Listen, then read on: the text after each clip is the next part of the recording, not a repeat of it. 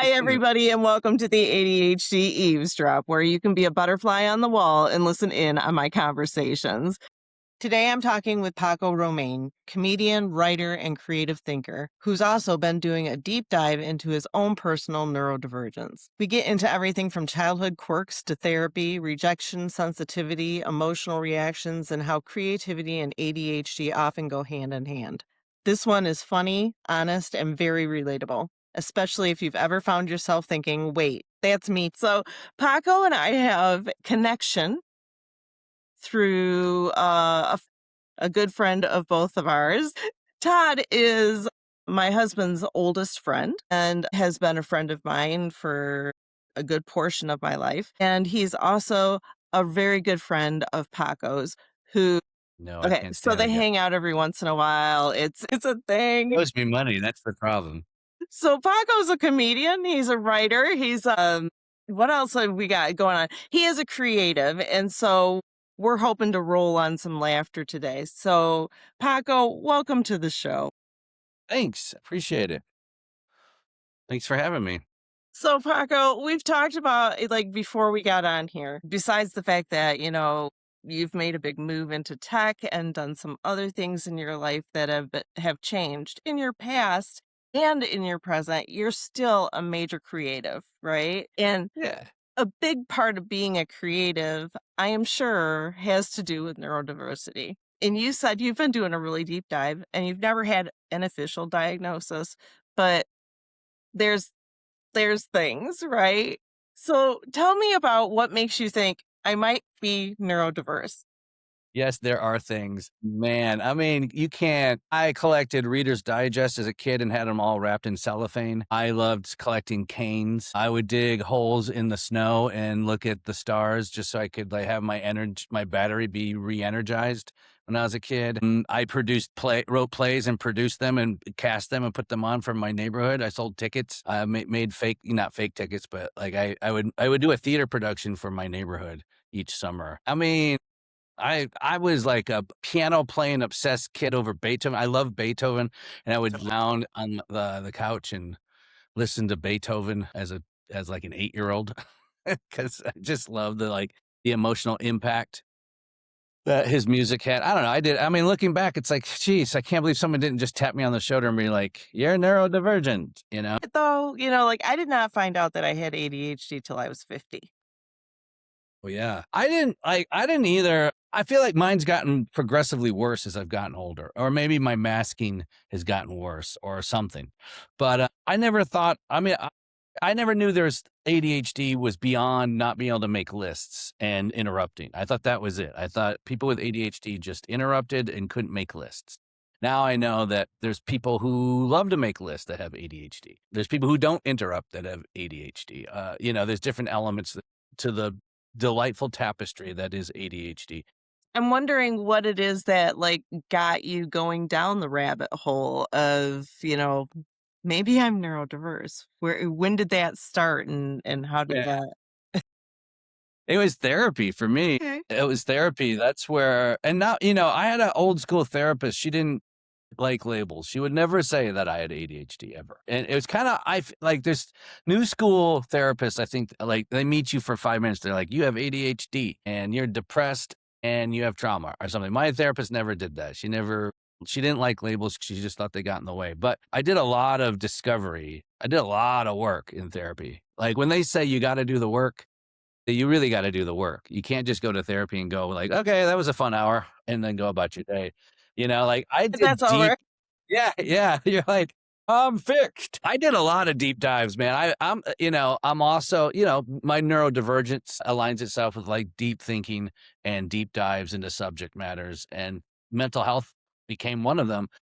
To the point where I talk about it, I'm in my act a lot. I say you can't, especially with dudes. One of my things I say is you can't spell mental health without men heal. Like it's like this, it's in there. I mean, it's one of those things where I'm like, it's super important that men go to therapy and to get the stigma out of men going to therapy. And I think when little boys are 8, maybe 10 years old, the parents should be like, soccer and therapy. We'll do both, like you should be able to learn how to talk to somebody about your emotions, and shouldn't be your parents. Maybe a little easier. I don't know.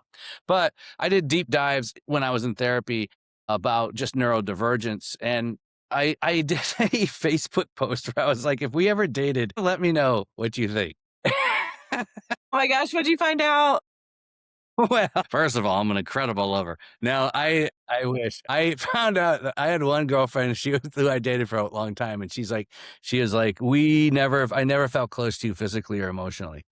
And I was like, oh, snap. Okay. Yeah, it helped. I mean, all that stuff helps. It certainly helped me because I really respect her and I love her and she was awesome. And she was like, to put it mildly, she's like, I think you are a bit autistic. And I had another girlfriend. She was like, you never liked it when I touched you.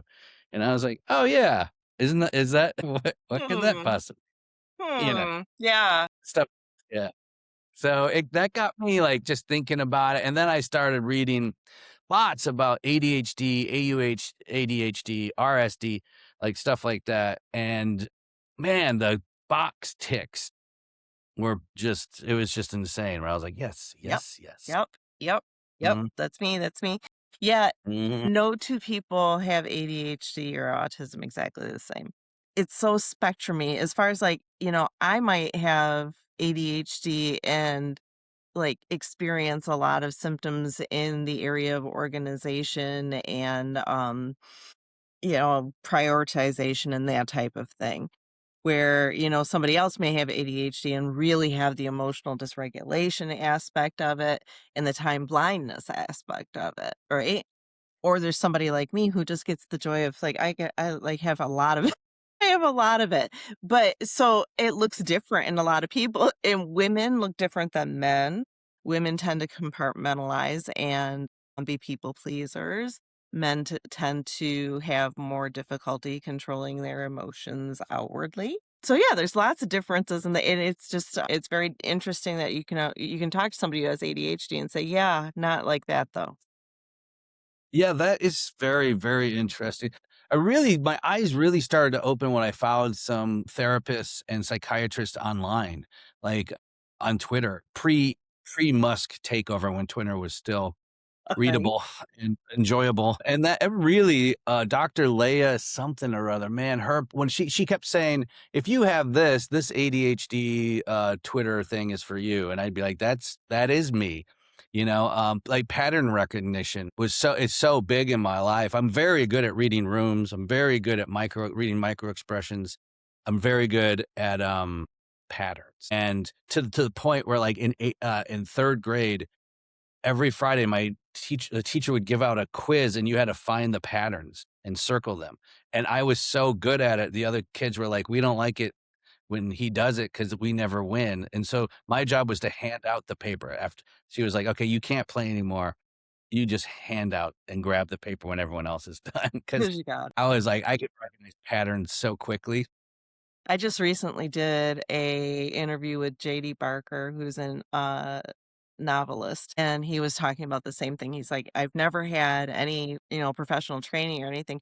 I've just read enough best-selling novels that I recognize the patterns in those novels, and I'm able then to reproduce that and produce or New York Times best-selling novels, and it's like, That's really cool. I mean, I feel the same way about it's hard for me to articulate my thinking pattern around some things. Like people ask me, how have you managed to do like this? And I just like, it's all intuition in my body. It's like, I've seen it so many times. I can just feel when it's right or when it's wrong. I can't explain how I do it, but I just kind of know when it's good or when it's bad. Like I'm writing right now with a partner, a sitcom, and we have discussions and I just say, I'm like, I don't think this is the right path for the story. And he's like, how do you know? I'm like, I can just tell. Like it's not giving us enough off ramps and the playground's not big enough. The sub, you know, it's that not kind of stuff. It's matching the really interesting. pattern. It's the patterns. It's off pattern. It's off pattern. And I can tell like, it's not going to give us enough room to have fun and to explore. Like Mhm. it's so weird. I was blessed to live in the Bay Area for a long time and meet just some brilliant, creative people, absolutely brilliant people. And one of them, his name is Jonathan Carrillo, and he was a San Francisco Chronicle journalist, and he walked his dog in the same park I walked my dog. So You become really good friends with their dog first, and then you Right? become friends. Nobody knows the owner's name. Everyone knows, hey, Hambone. And you're like, Yay, hey, Pepper, there you are. yeah. And so I finally got to know Jonathan really well, and he wrote actually a few articles about me in the Chronicle. One time we were talking, and he was asking me like how I was able to do some of the stuff, and I was like, I wish I could tell you. I don't know. And that got me thinking about like thinking patterns and how putting puzzles together and, I love puzzles. yeah, can you actually sit and do one like Mhm. with your ADHD? For Oh, okay. hours. It's a hyper focus. I can just sit there and hyper focus on it for hours, yeah. Is it does it can it be does it have to be physical or can it be like a crossword puzzle too? Crossword is not gonna keep me busy that long. It's gonna be like a putting a puzzle together. Yeah. Right, the pieces. I like the Yeah, yeah. pieces, absolutely. Yeah, yeah.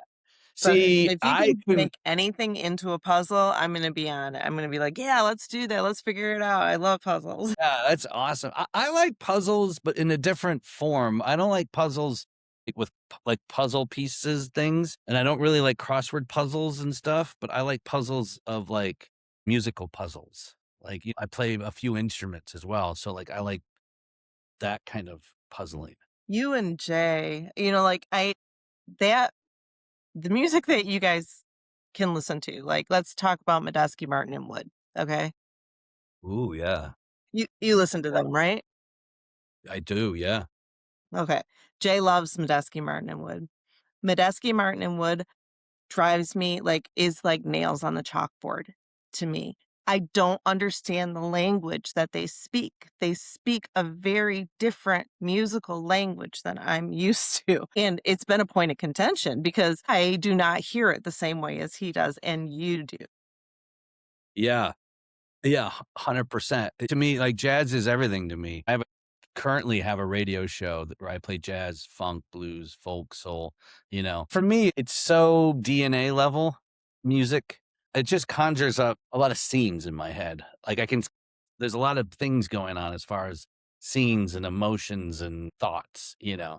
So when I was a teacher many years ago now, yay, I taught English, and one of my activities that I did was I would put on different kinds of music, and even sometimes Medeski, Martin, and Wood, but I would put on different pieces of music and have them listen to it and then write to it, whatever came up in Oh, their heads when they were listening to the music, just to write it down.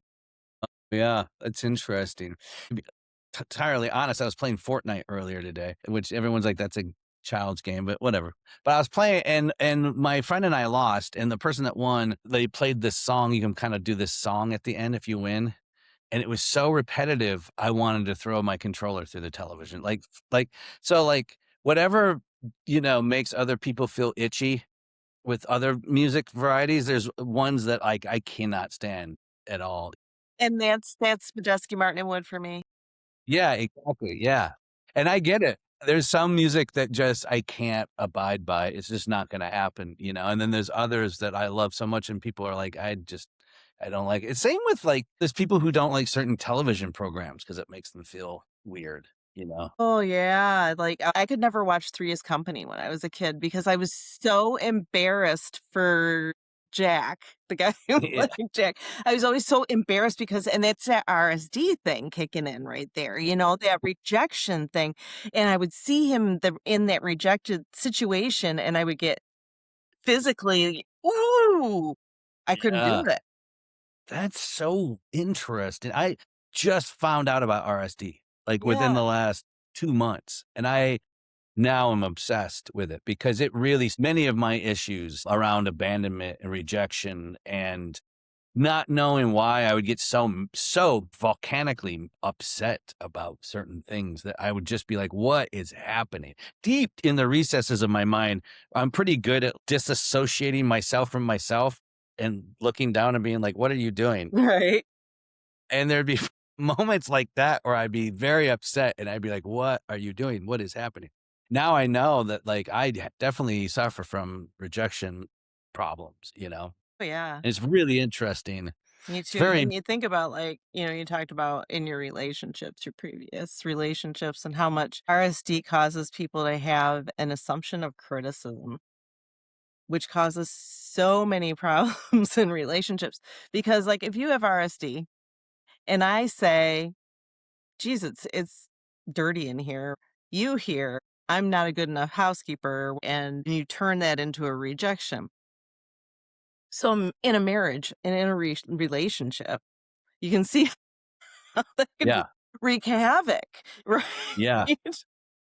Man, do I mean, for me too, it's like I have preconceived notions how things should go in my head. And if it doesn't, I feel rejected. I feel like, wait, like that's not, I feel like RSD ties into need for control as well.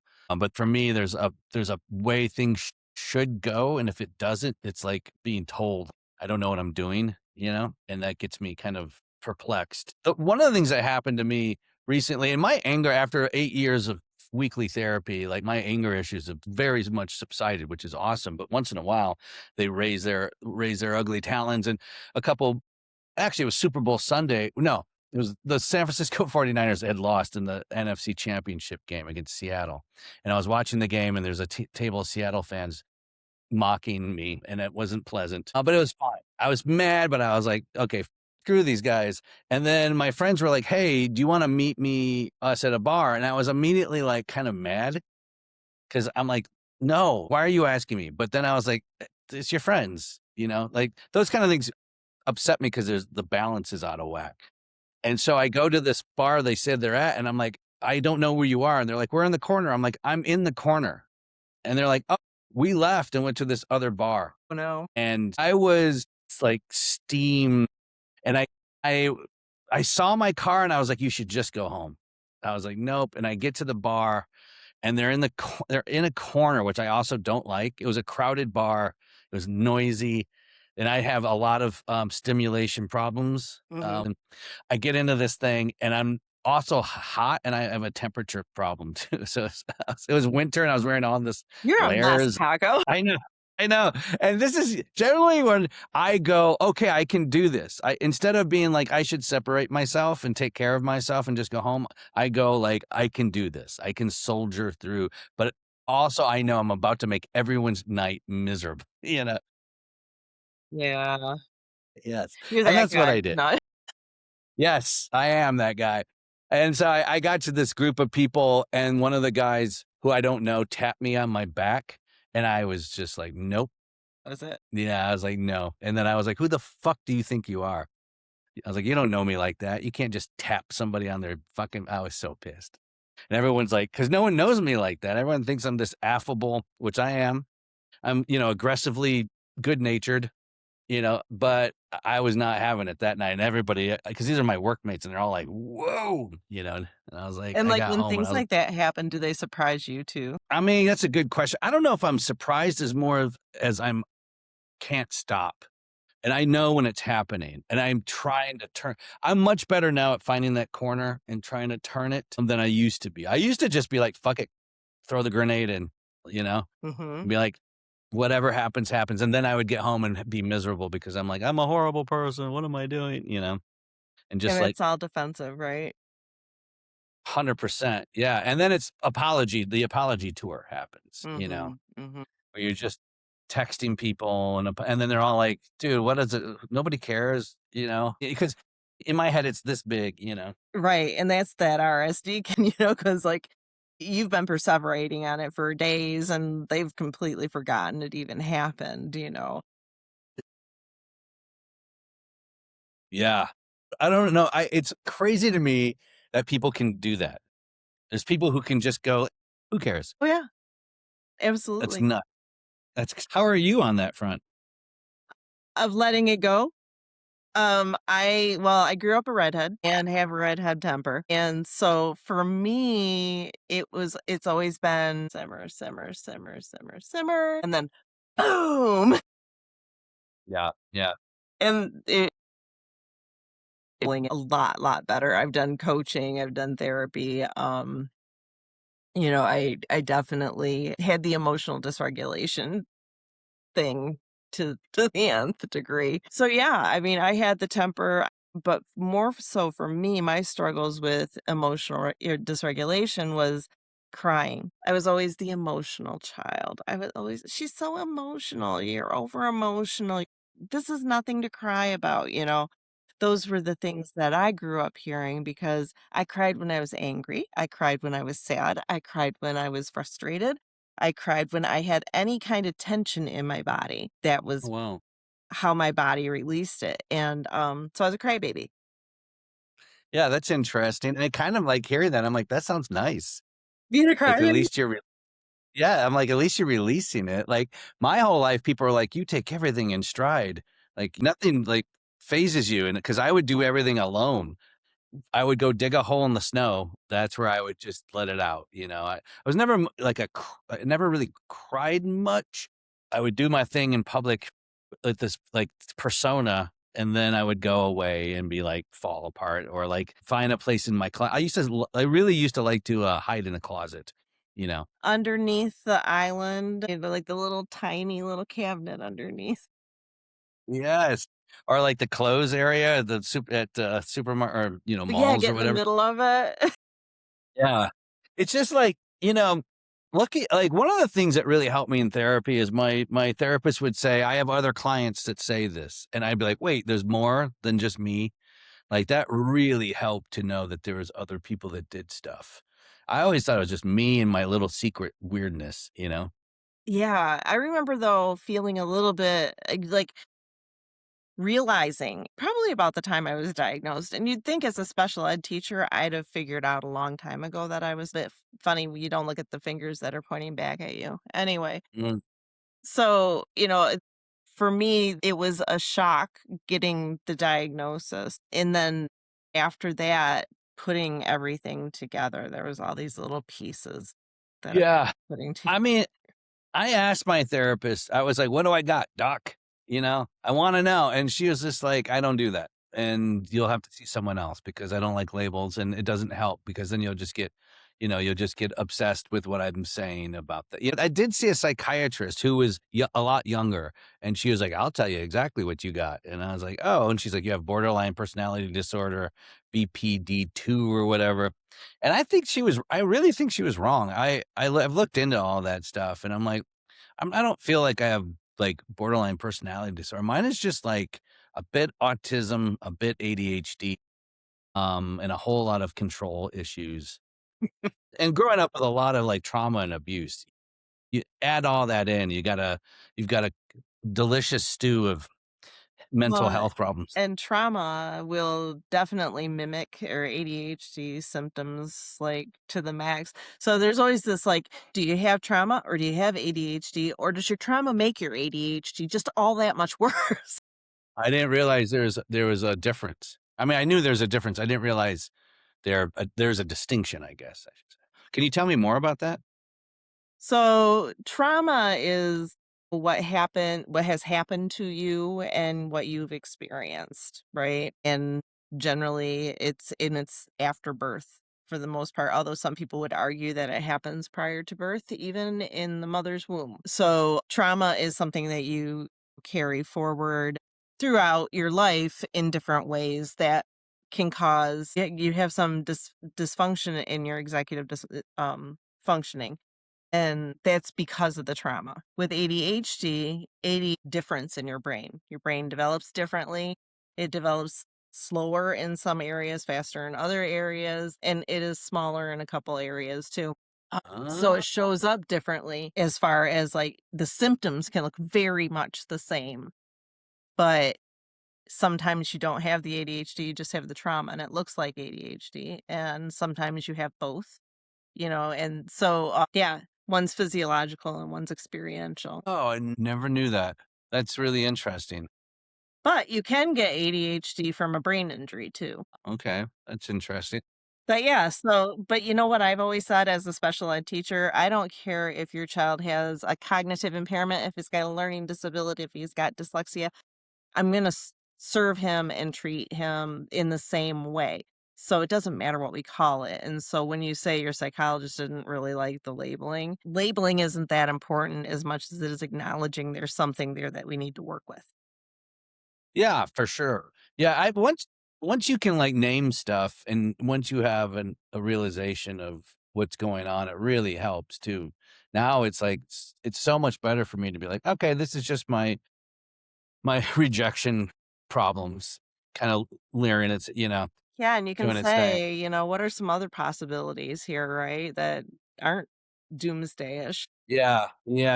I just recently went through something where I had someone I considered a friend here turn out not to be a friend, and I was like, initial response of years ago would have been to just burn it all to the ground, but now I was like, that's I'm just carrying that with me, and I don't want that, and I just saw them 2 nights ago at this place here, and I said hi and talked to them, and it was so great. I got home and I was so proud of myself. I was like, "Look, I get to come home and I'm not fretting. I'm not rethinking things. I'm not typing text that I'm gonna delete or save for the day I Emails can." this long. Yeah. I was so proud. I was like, "Look at what I've done." I was nice because 'cause I'm like, ultimately, it doesn't matter. It's not that big of a deal. It's just like I have such a you can't do that thing in my life. I'm very judicial. I have like a lot of things have to be equal and just, and if it's not, I get really hurt by it because I'm Mhm. like, you aren't playing by whatever rules I have in my head. And and I'm like, I can just let it go. And they have their life and I have mine. And yeah, it's Yeah, pretty because you cool. figured out your circle of control. Ooh, yeah, my COC. Mhm. Figured out my COC. Well, I'm trying to figure out my COC. It's hard. Like it's definitely hard. There's aspects of control that I'm still learning, still learning about. 'Cause Mhm. it's still a tough one, especially like when you come up with an idea at work and someone presents it as theirs, that still kind of like gets me a little steamy. I'm like, oh, Makes me twitch a bit there, Paco. funny. I have a workmate that I love, and he likes to show me work, and I get twitchy. And he goes, "Oh, there." He's like, "Oh, you don't like it," and I can see you twitch. And I was like, Eek. "It's like it doesn't make sense." It's like for me, like I have such need for logic that when it's not logical, I get like it like hurts I feel pain in my Mhm. body. I'm like that hurts, you Hurts. know. Yeah, well, I mean, I don't know about you, but for me, rejection hurts, like, physically sometimes too. It's like to nausea. Yeah, I get, like, terrible upset Wow. stomach and stuff. Yeah, not as bad as I used to once I figured it out and named it, like you said, and you're able to go, "Okay, this is your doing." You just have to figure out how to get around it.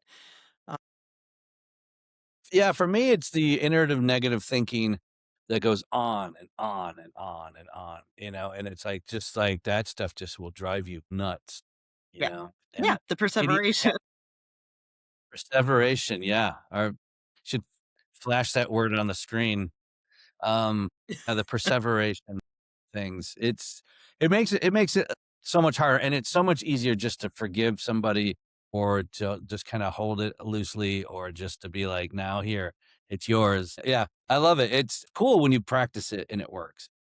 What part in your creativity do you think your neurodivergence plays? What a question. That's a great question. What part? Not how much, but what part? Mhm, Well, I have a few answers to that. What part? Like, part of that is I'm able to see disparate things. I can see big picture and small picture at the same time. Like when I was a kid, I was able to take apart a radio and put it back together, but not knowing how. Like I don't know how anything works, but I mhm, understand how things work. Like I get it. So part of my neurodivergence where I understand big picture and small picture stuff well. Like I'm really good at the business side of show business and the show side of show business. I'm a creative talent performer and also a really good producer and business person. So that's really helped. That comedy and acting and voiceover were my main ways of making money for almost 25 years. And it's a hard business, man. And I was able to do it because I knew how to do the big picture stuff, the small picture stuff. I also know how to navigate personalities and relationships really well. I know what people need and I know what they want almost immediately. I know who people are within a few seconds of meeting them. Every year when I was in college, I taught myself a different instrument. So I taught myself how to play the bass guitar. I taught myself guitar, drums, saxophone, just because I was like, I'm going to set a year aside and teach myself something. And I love music. So that helped because I was in bands for a long time. And then when I moved to San Francisco, I was in the music industry. I worked for record labels and I was producing albums. Then I transitioned that into acting and comedy. I dropped the music stuff and went into acting and comedy. I was very successful because I was able to navigate all that stuff by everything I just said. So, yeah. Right. I think one of the things neurodivergence brings to a lot of creativity is passion.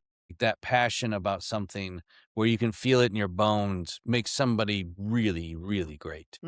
Well, and it's the one place, and I've talked about this before on my podcast, it is the one place where a lot of kids with neurodivergence go through their school years being told, sit down, be quiet, you're too much, da da da da da. But when it came to the arts and the creativity aspect, they shine, you know? Yeah. They were allowed to Yeah. shine, and that was their happy place. So the one thing that I love about that I've never been able to possess or I figure out for myself is how to take what I do well and package it into this thing. Like I have like my friend used to say that I have dodged fame and fortune like the Matrix. And it kind of it's kind of true. I've had a lot of opportunities, like people begging me. Like ABC offered me a TV show and I said no. Yeah, stuff like that. But the thing I like to tell my friend is like I like making the cake, I just don't like eating it. Like I like creating. But once I've created it, I'm kind of like, all right, you know, Mhm. what am I supposed to do with this thing? And what I like about some neurodivergent people who seem very successful in the creative world is they have this thing that they create and then they also know what to do with it. Yeah. Like I personally, between you and I and all your listeners, I've never really liked stand up. It's one of my least favorite forms of what I do. And I've done it for 20 years. Because you were successful at it, is that why you stuck with it? I don't know, man. I think I just like making the cake. Like it's a weird puzzle, stand up comedy. I just happen to be good at it, but I don't know. I don't like it. I don't enjoy doing stand up, and I've been doing it for 20 years. I've never told anyone this. That's so funny. That's crazy. But this is, you know what? That is crazy, but that isn't crazy because how many people in the world choose a career and they do it for the next 20, 25 years, however long, until they just can't do it anymore, right? Huh, that is really interesting insight. I mean, one of the happiest things that's happened to me in my life is moving away from the Bay and not really doing stand up that much. Like I'm truly happier than I've been in a long time. And I think part of it is like I'm just not it's just such a grind. I think also part of what gets me is I don't understand the purpose and I need purpose for Yeah. I mean, the thing is like, I would think it would be if I was going to do stand up comedy, and everybody in the world, Paco, has said at one point or another, I could be a stand up comic. yeah, yeah. They sure have. And so I used to always say when I was teaching that really I was just collecting material and I was going to be a stand up comedian when I got done teaching. But I would think that if being a comedian for real, collecting the material would probably be the most fun.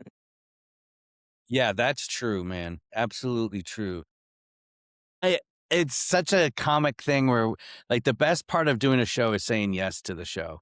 Like, but stand up is one of those, like, any of those weird creative fields, it's like there's no path to the corner office. There's no path to a, retirement fund. There's no safety net. Like, it's like you make it or you don't, and that was hard. That was a really hard part because I like comfort, knowing that there's a little comfort place to go back to, and I didn't have that. I had just chaos Mhm. for a long time, pure chaos. And we have a way of creating our own chaos quite well.